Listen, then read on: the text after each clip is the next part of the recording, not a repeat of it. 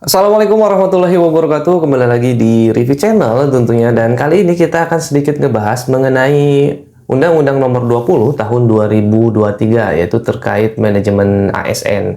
Tapi sebelum ke videonya, jangan lupa untuk like, komen, dan juga subscribe supaya channel ini semakin berkembang.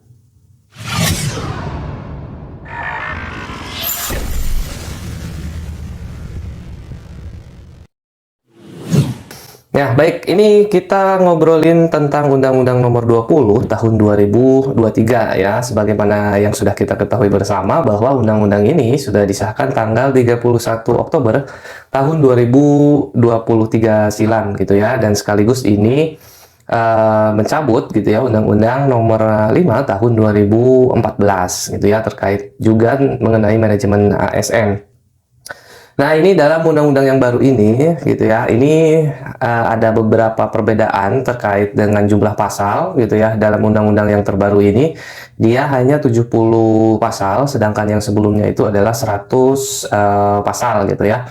Nah, menurut Menpan RB ini, jadi dalam undang-undang ini, nanti yang akan dicantumkan itulah adalah hal-hal yang sifatnya substantifnya saja. Nanti untuk hal-hal yang teknis, gitu ya, akan diatur melalui peraturan pemerintah ataupun PP gitu ya. Jadi teman-teman, semangatnya itu adalah supaya nanti kita tidak terkunci gitu ya dari aturan-aturan yang sifatnya terlalu teknis gitu ya. Nah, kemudian sebetulnya untuk Undang-Undang Nomor 20 Tahun 2023 ini gitu ya, dia mengamanatkan untuk adanya PP ataupun peraturan turunannya gitu ya. Kalau misalkan disahkan 31 Oktober, berarti 6 bulan ke depannya adalah bulan April kemarin itu seharusnya PP-nya sudah ada teman-teman ya. Tapi menurut Menpan mereka masih membutuhkan waktu karena memang substansi yang harus diturunkannya itu cukup banyak ya teman-teman ya. Ini sekitar 23 substansian katanya gitu ya. Untuk PP-nya sendiri gitu akan digabung, misalkan saja untuk perencanaan ataupun pengadaan ASN, kemudian manajemen talenta, kemudian sekarang disiplin PP 94 gitu ya, ataupun terkait dengan kinerja 30 itu nanti akan dicabut dan nanti akan disatukan dalam PP yang namanya PP manajemen ASN tersebut. Nah, kemudian teman-teman ini mungkin beberapa dari kita ataupun teman-teman bisa merasakan sendiri gitu ya, bahwa kebelakangan ini Menpan sendiri itu merasakan gitu ya bahwa mereka seperti bergonta-ganti aturan gitu ya. Misalkan saja untuk Permenpan RB nomor 8 terkait manajemen ASN itu belum 6 bulan sudah diganti lagi menjadi dengan Permenpan nomor 6 gitu ya.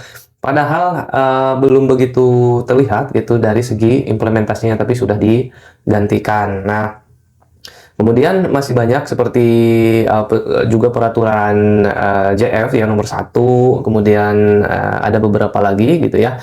Nah, ini sebetulnya gitu ya, Menpan sendiri menyesuaikan gitu ya, menyesuaikan dengan agenda transformasi birokrasi yang sedang digagas oleh Presiden Republik Indonesia.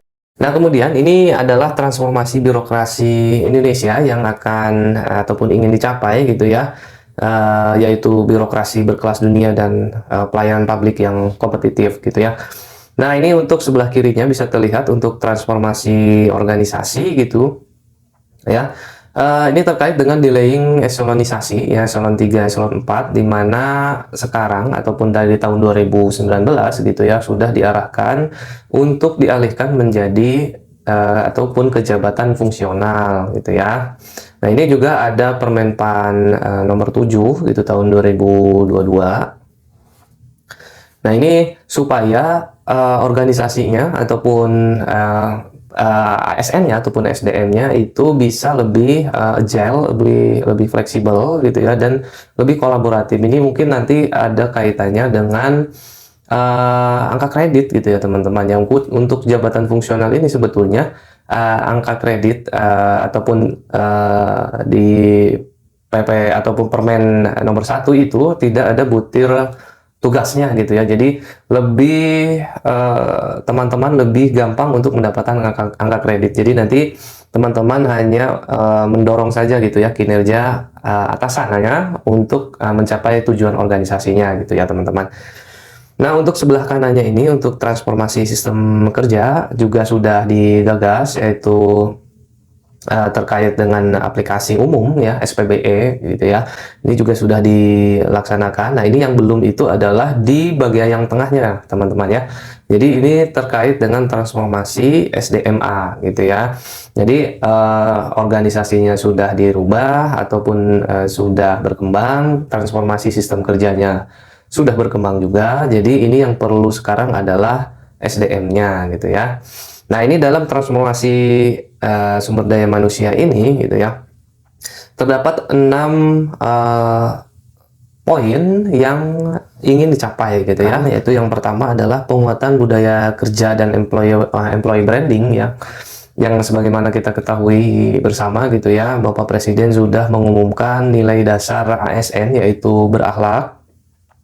Dan yang kedua merupakan percepatan peningkatan kapasitas SDM, ketiga peningkatan kinerja dan sistem penghargaan, kemudian pengembangan talenta dan karir, yang kelimanya percepatan transformasi digital, dan yang terakhir perancangan jabatan perencanaan dan pengadaan. Nah, kemudian apa sih perbedaan antara undang-undang yang lama dengan undang-undang yang baru ini gitu ya? Jadi di sini sudah ada 7 agenda transformasi yang membedakan antara atau undang-undang yang lama dengan undang-undang nomor 20 ini ya. Yang pertama adalah terkait dengan transformasi rekrutmen dan jabatan. Yang kedua terkait dengan mobilitas talenta. Yang ketiga terkait dengan percepatan pengembangan kompetensi. Kemudian yang keempat penataan tenaga non ASN. Yang kelimanya reformasi pengolahan kinerja dan kesejahteraan ASN. Yang keenam digitalisasi manajemen ASN. Dan yang ketujuh adalah penguatan budaya kerja dan citra institusi. Nah, yang pertama terkait transformasi rekrutmen dan jabatan ASN ini. Jadi teman-teman nanti ke depannya kita itu diberikan fleksibilitas gitu ya terkait dengan penetapan kebutuhan atau penetapan formasi di instansi pemerintah gitu ya. Jadi kedepannya itu mekanismenya nanti Menpan itu membuat rencana kebutuhan gelondongannya gitu ya. Jadi nanti Menpan berdasarkan dengan prioritas nasional dan berdasarkan keuangan gitu ya bisa merekomendasikan atau bisa memberikan apa ya istilahnya mungkin arahan bahwa instansi tersebut membutuhkan tambahan ASN ataupun pengurangan ASN. Juga ini terkait dengan jabatan yang disederhanakan gitu ya. Jabatan yang disederhanakan ini sudah terlihat dengan adanya jabatan fungsional gitu ya di Permen 1 gitu ya. Jadi di Permen 1 itu kita tidak melihat lagi gitu ya butir kegiatan. Jadi sekarang teman-teman ataupun Bapak Ibu jadi lebih luwes gitu ya. Nah, misalkan kita kan kalau misalkan ditugaskan kemana gitu ya, khususnya untuk eselon 3, eselon 4 gitu ya, ditugaskan kemana tapi tidak ada angka kreditnya, itu sebetulnya buat apa gitu ya, mungkin seperti itu. Nah, sekarang itu karena ada ataupun tidak ada batasan di situ gitu, jadi untuk angka kredit ini akan lebih mudah lagi buat Bapak Ibu untuk meraihnya. Jadi asalkan nanti predikat kinerjanya baik dan sangat baik gitu ya, maka Anda akan mendapat 150% gitu ya. Nah, jadi tugasnya adalah hanya mendorong saja gitu ya kinerja dari mendorong atasannya untuk mencapai kinerja organisasinya gitu ya. Nah, kemudian juga ini adalah mobilitas talenta gitu ya. Yang untuk yang kedua, kemudahan mobilitas talenta nasional. Jadi ini Menpan sendiri membuka ruang gitu ya supaya Bapak Ibu ataupun teman-teman bisa berpindah gitu dari suatu instansi ke instansi yang lain ataupun dari instansi tersebut untuk mendapatkan jabatan yang lebih tinggi gitu ya. Namun gitu ya, ini untuk mobilitas talenta ini secara nasional gitu ya, ada PR yang sangat besar, yaitu adalah terkait dengan penghargaan gitu, karena adanya kesenjangan penghargaan gitu ya. Misalkan ya contoh aja gitu ya, mungkin teman-teman gitu misalkan dari suatu kementerian Kalau dipindah ke DKI mungkin tidak akan menolak gitu ya, karena memang dari gaji, pendapatan segala macam gitu ya, itu berbeda dengan di kementerian gitu ya. Mungkin nanti sebaliknya gitu, yang dari DKI ke kementerian bisa saja gitu ya berpikir 2, 3 atau 10 kali gitu ya untuk pindah gitu ya, teman-teman. Nah, ini Menpan juga masih menggodok hal ini gitu ya, karena ini kaitannya dengan anggaran, kemudian program dan lain sebagainya gitu ya. Kemudian untuk yang ketiga ini yaitu percepatan Bangkom gitu ya. Nah, ini untuk percepatan Bangkom ini mungkin kita sudah mengenalnya gitu ya, bahwa ASN itu ya dulu diberikan 20 jam pelajaran terkait dengan pengembangan kompetensi gitu ya. Namun dulu itu dianggapnya masih bersifat hak gitu ya. Jadi boleh diambil, boleh enggak gitu ya. Nah, kalau sekarang dalam Undang-Undang ASN nomor 20 ini, Bangkom ini sifatnya wajib, teman-teman. Jadi, kalau Anda nanti menjadi ASN, berarti Anda harus memenuhi gitu ya 20 JP tersebut. Nah, kemudian bagaimana kalau instansi tidak memenuhi atau tidak memfasilitasi gitu ya terkait dengan pemenuhan Bangkom tersebut. Nah, Kementerian Pan-RB ini ternyata dia bisa menegur gitu ya, menegur instansi tersebut supaya memfasilitasi agar dilakukan atau diberikan pengembangan kompetensi gitu ya. Nah, kemudian yang keempat ini yang lagi hot-hotnya gitu ya, yang lagi panas-panasnya, yaitu terkait dengan penataan tenaga non ASN gitu ya. Jadi memang PP ataupun PP manajemen ASN ini memang sangat ditunggu-tunggu gitu ya, terkait dengan penataan tenaga non ASN ya. Jadi sementara ini ketentuannya adalah bahwa instansi tidak boleh merekrut tenaga honorer ataupun tenaga non ASN lagi gitu ya. Dan kemudian juga penataan non ASN ini akan dilakukan secepatnya tahun 2024 ini. Jadi setelah 2024 ini tidak ada lagi yang namanya non ASN gitu ya. Nah, dari beberapa kesempatan rapat gitu ya dengan Komisi 2 gitu ya. Nah, Pak Menteri ini memang sempat mengatakan bahwa non ASN ini gitu ya untuk 2024 ini gitu ya, ujiannya hanya formalitas, tapi kita tidak bisa menelan mentah-mentah ya. Mungkin mudah-mudahan sih otomatis gitu, tapi kalau misalkan nanti ada di jalan ada perubahan karena satu dan lain hal, itu akan sangat merugikan kita gitu ya sebagai non PNS yang akan diangkat menjadi ataupun yang akan mengikuti tes P3K-nya sendiri. Nah, jadi teman-teman, untuk P3K ini dalam Undang-Undang Nomor 20 Tahun 2023 menurut Kemenpan RB gitu ya. Jadi kita mengenalnya adalah P3K paruh waktu dan juga penuh waktu gitu ya. Nah, jadi untuk penuh waktu ini dia adalah P3K yang dihasilkan dari ataupun mereka yang lolos dari tes P3K-nya gitu ya.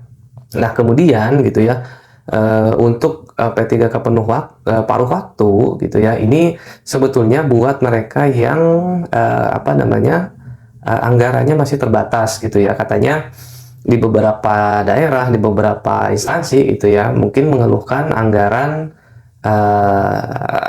tersebut gitu ya, mungkin kekurangan atau seperti apa gitu, ada kendala di anggarannya gitu ya. Jadi nanti asal di 2024 ini gitu ya, penataan non ASN itu sudah tuntas gitu ya. Nah, ini kaitannya sama non ASN itu ataupun honorer itu ketentuannya tidak boleh ada pemecatan gitu ya, pemecatan massal.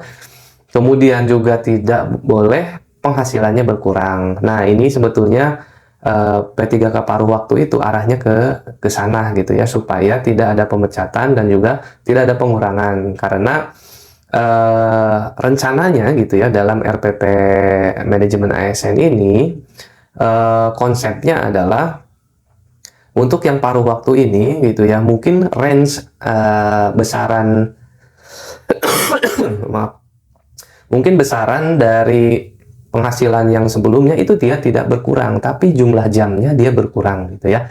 Jadi mungkin yang biasa sebulan dapat 5 juta, nah ini seharinya dia bekerja 4 jam misalkan, mungkin setengahnya jadi 2,5 juta gitu. Jadi di sana tidak ada pengurangan nilai gitu ya, tapi dia berkurang karena dia kerjanya juga lebih sedikit gitu ya. Nah, kemudian ini terkait dengan kinerja dan kesejahteraan ya. Mungkin yang lebih terasa itu di Permen 6 teman-teman ya, karena dalam Permen 6 ini gitu yang dititik beratkannya itu adalah dialog kinerja teman-teman. Nah, mungkin beda dengan sebelumnya gitu ya, kita harus susah-susah ataupun pusing-pusing menyusun cascading kinerja gitu ya. Jadi harus menurunkan dari PK kemudian ke SKP, kemudian SKP bawahannya lagi gitu ya. Nah, jadi dalam Permen 6 ini yang ditekankan adalah dialog kinerjanya sendiri gitu ya. Dimana di dalamnya ini dialog kinerja ini berdasarkan ekspektasi pimpinan teman-teman ya. Jadi nanti apa yang dihasilkan dari dialog kinerja itulah yang akan dituliskan dalam SKP teman-teman sendiri. Nah, ini juga memang ekspektasi pimpinan ini gitu ya, sedikit apa ya istilahnya, bisa dibilang mungkin ada faktor subjektifnya gitu ya. Jadi selain kita apa namanya, selain kita mencapai targetnya, juga penilaian-penilaian perilaku segala macamnya itu memang harus diperhatikan teman-teman ya. Dan itu juga nanti dalam SKP-nya ataupun sekarang sudah gitu ya, nilai ASN berakhlak, core value ASN itu sudah dimasukkan dalam bagian penilaian SKP teman-teman gitu ya. Nah, kemudian yang keenam ini terkait dengan digitalisasi gitu ya, digitalisasi manajemen ASN ya. Terkait digitalisasi ini agak penting juga ya teman-teman, bahwa sekarang ini gitu ya, setiap instansi itu ataupun membuat gitu ya platform digital masing-masing gitu ya, sehingga berdasarkan pemaparan Menpan sendiri ya, kemarin sewaktu mereka mencari data penghasilan PNS gitu ya, itu agak kesusahan karena memang apa namanya, mereka memiliki platform digital sendiri gitu ya, jadi tidak sinkron gitu ya. Nah, ini dengan adanya digitalisasi ini gitu ya, harapannya gitu ya, dengan platform digital ini bisa merapikan data pegawai ASN gitu ya. Jadi supaya terintegrasi datanya, jadi diminta gitu ya, diminta ASN itu tidak usah, ataupun instansi itu tidak perlu mengadakan ataupun membuat platform digital lagi katanya. Seperti itu di himbauannya seperti itu teman-teman. Nah, kemudian yang ketujuh ini terkait dengan penguatan budaya kerja ataupun core value ASN gitu ya, dan juga citra institusi ya, ini sudah disimplifikasikan gitu ya, nilai yang dasarnya, nilai dasarnya itu kalau misalkan dibandingkan dengan yang sudah gitu ya, itu ada undang-undang yang lama itu ada 15 poin ya. Mungkin kalau ditanya satu-satu juga agak bingung juga apa sih yang 15. Nah, ini udah disimplifikasikan. Ini lebih sederhana ya, menjadi akronimnya itu berakhlak gitu ya. Mungkin sudah familiar dan juga sudah Bapak Ibu telaah gitu ya, dan bahkan sudah implementasikan gitu ya di instansi Bapak Ibu atau teman-teman semua gitu ya. Nah, itu mungkin untuk 7 perbedaan gitu ya, perbedaan dari undang-undang yang lama menjadi undang-undang ASN yang baru ini. Jadi untuk perbedaannya sendiri terdapat 7 hal mendasar gitu yang membedakannya gitu ya. Dan ini juga nanti untuk PP-nya gitu, ini masih di Menpan RB masih dilakukan pembahasan karena memang substansinya cukup banyak gitu ya. Nah, kemudian nanti juga saya akan coba masuk gitu ya, di video yang selanjutnya akan masuk ke hal yang lebih substantifnya gitu ya. Jadi yang 7 nanti kita bakal coba kupas lagi supaya kita bisa lebih jelas lagi gitu ya teman-teman ya. Terima kasih buat teman-teman yang sudah menonton gitu ya. Assalamualaikum warahmatullahi wabarakatuh.